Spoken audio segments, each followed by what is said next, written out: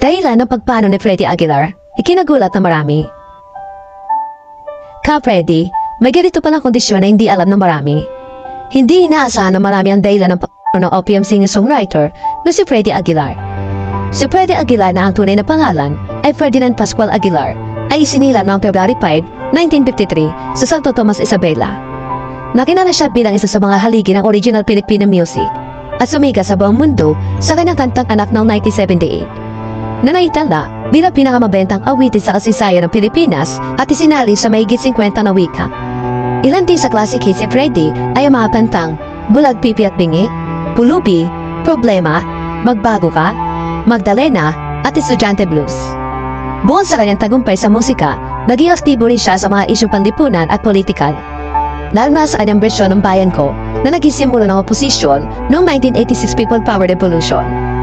Sa kanyang huling mga taon, patuloy siyang tumugtog at nagsilbi rin bilang National Executive Vice President ng Partido Federal ng Pilipinas. Ngunit ito mga nakalipas sa linggo ay tuluyan ng nanghina ang mahusay na OPM singer-songwriter at nakalatay lamang sa ospital. Ang ganito Martes, May 27, tuluyan na nga siyang bitbyan ng buhay sa edad na 72. Samantala, ibinunyag naman ang kanyang dating asawa na si Josephine Quiepo ang tunay na dahilan ng pagkakano ni Freddy. Matatanda si Josephine ang unang pinakasalan ni Freddy noong 1973, kung saan nagkaroon sila ng 6 na anak, kabilang na rito ang dating singer at kontrobersyal na anak niya si Megan Aguilar. Sa pamamagitan ng kapuso talk show na Fast Talk with Boy Abunda, ipinahalam ni Josephine na pukno na si Freddy habang nasa Philippine Heart Center dahil sa multiple organ failure. Ari Tito Boy, pukno na po ang OPM icon na si Freddy Aguilar sa edad na 72. Kinumpirma po ito sa amin ng kanyang ex-partner at ina ni Megan Aguilar na si Josephine.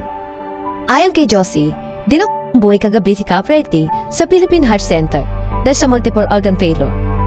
Samantala, sa ulat naman ng Business Mirror, isa to sa mahal ni Freddy ang nagsabing pumanaw ito matapos makaranas sa cardiac arrest dulot ng komplikasyon sa baga at pulmonya.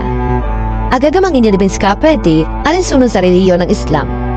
Matatandaan noong 2013, sa edad na 60 ay nagpa-convert si Freddy matapos siyang pakasaldan at kanyang kasalukuyang asawa na si Joby Albao na noon ay 16-year-old pa lamang.